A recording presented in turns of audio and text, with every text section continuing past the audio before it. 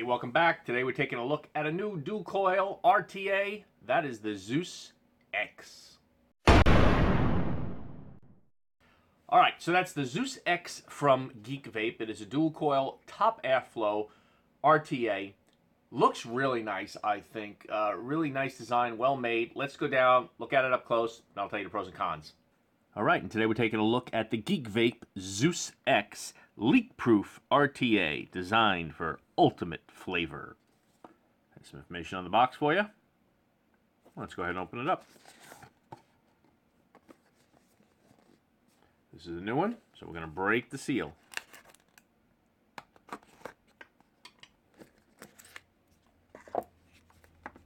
Before we dive into the tank, let's see what comes in the box. You can see there's a bubble glass on there already. You will get a straight glass. You'll get a bag with a lot of O-rings, your screwdriver, Allen key, extra screws. And the bag with some cotton will also contain your two coils. And it does say N80 fused Claptons, 28 gauge, 3+40 GA, 0.4 ohms, nichrome. In the bottom of the box you will have your ZEUS X RTA manual. And you will get a little package from them, which will include some cards with some basic information about a mod with the ZEUS X picture, your registration for your warranty, and some warnings. Let's go ahead and look at the tank. You got top airflow, two sides, little bit of gnarling over there. It's easy enough to turn. Taking off the top fill, turn about a half turn, pops right off. There's your two fill ports. O-ring in the top. Line it up, push it down, almost a half turn. 5/10 pin. Now the important part, let's look at the deck.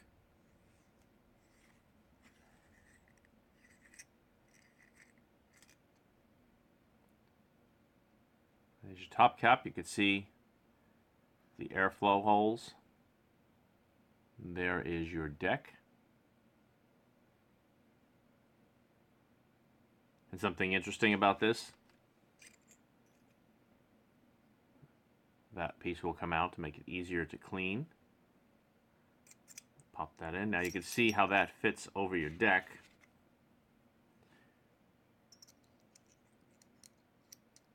All right, it's got a line up right there when you put it in. As you put it down, it'll end up hitting like this, and you'll turn it until you get it in. Let's throw this on something and build it. And by the way, let's go off for 1 second here. That drip tip is not necessarily proprietary, like I was saying. Let's go ahead and pop that off. So, just a little. It's going to be a little hard to get that off, but this does come with, looks like a 510 adapter and a second tip. But getting that off of there may not be the easiest thing. So what I did was I just used the tool and pushed it off from the inside. All right.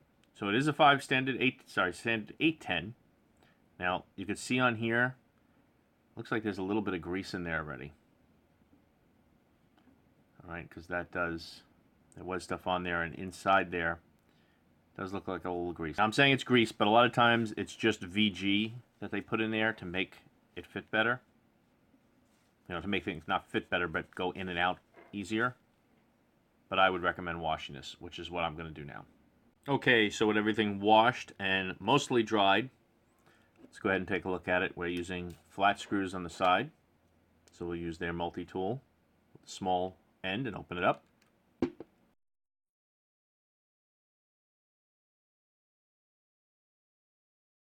Alright, so I save you the pain of watching that with my old eyes. Let's go ahead and get that bag with the cotton and the coils and pull out those coils. Here's the coils they give you. I'm going to space them out. With the coils nicely spaced, we're ready to continue. Obviously, these are going to need to be cut.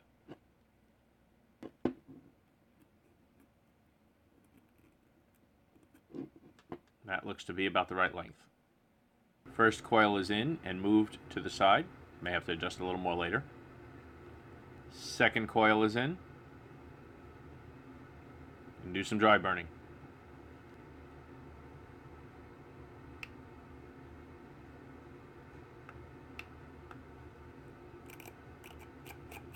that cotton that was included was actually 2 double-ended shoelace cotton.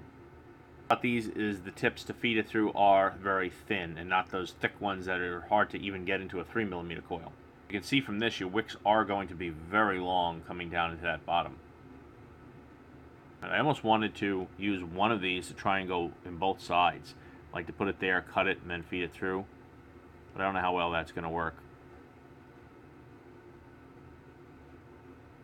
Let's try it. Yeah, that's obviously not going to be long enough to do the whole other side. Now, since those are such long wicks, you don't want to cut it too short. You got to really make sure you're going down into there.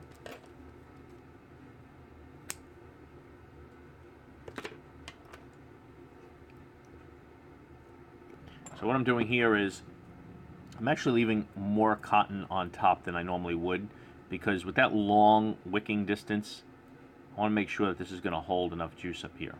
And also, I'm going to thin these out even a little more. They just look too bushy.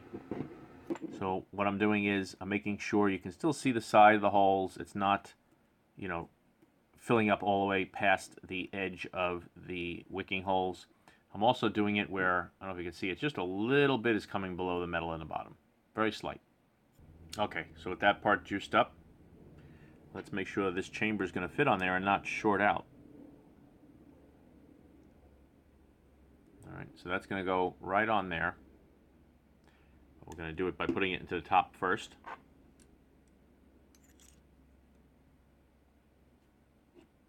Put your glass on there.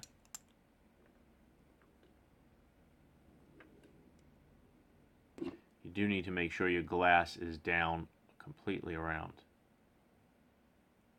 See that? I don't even like the way that looks there. Let's go ahead and remove the glass. Just the top airflow ring. Let's get that glass on there really good all the way around. There we go. Throw that chamber back in. Get the juice off your hands. Turn it until you feel it. There you go. Beautiful. Fill her up with juice. Throw your preferred drip tip on there, and I'm going to use the one that was on it when it came. And there we go. Let's go back up on top after I give you the specs.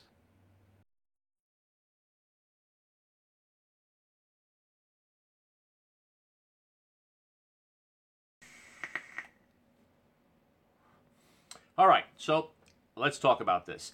First off, I'm going to say what I did in the wicking there, because I did that when it was brand new, definitely need more cotton.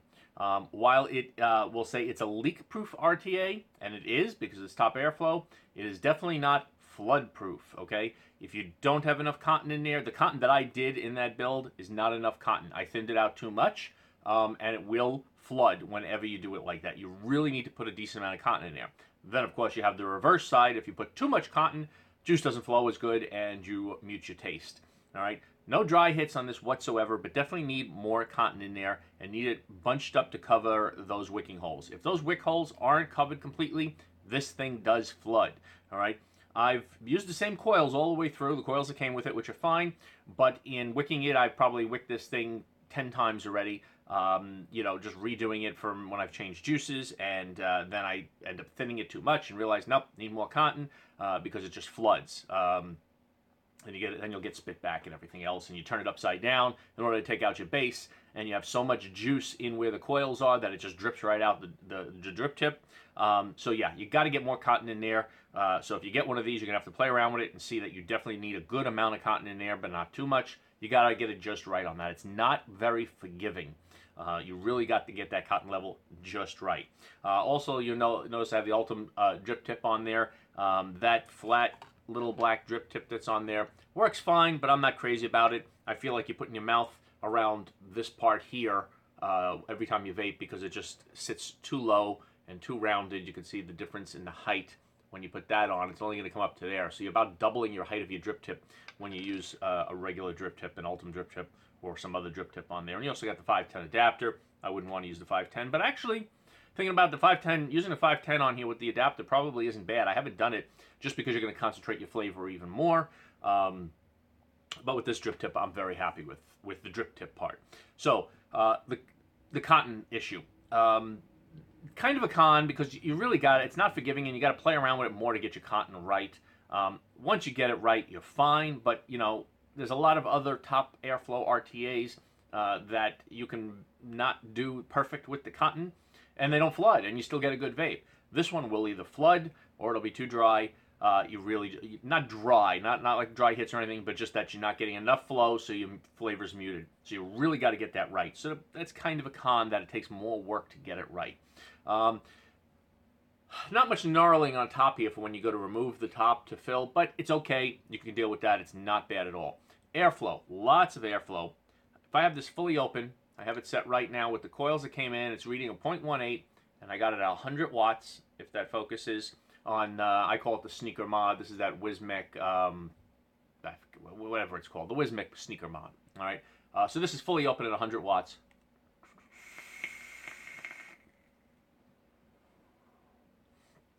And it's vaping good. Let's cut the airflow down halfway.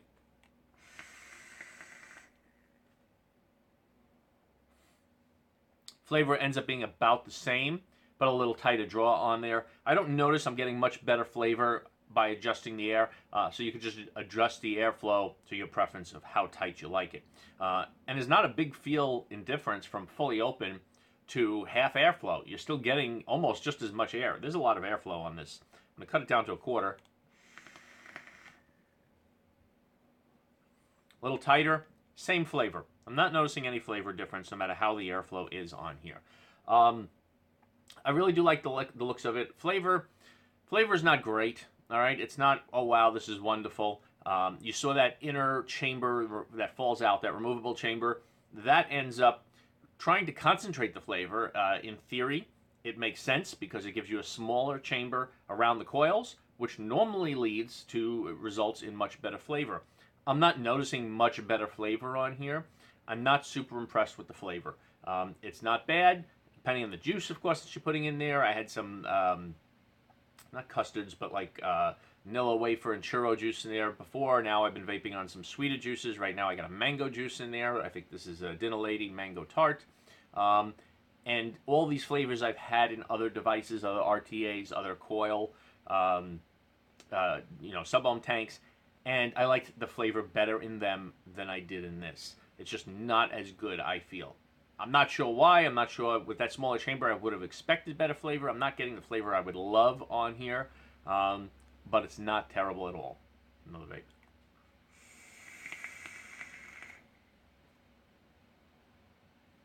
Plenty of vapor production, plenty of airflow.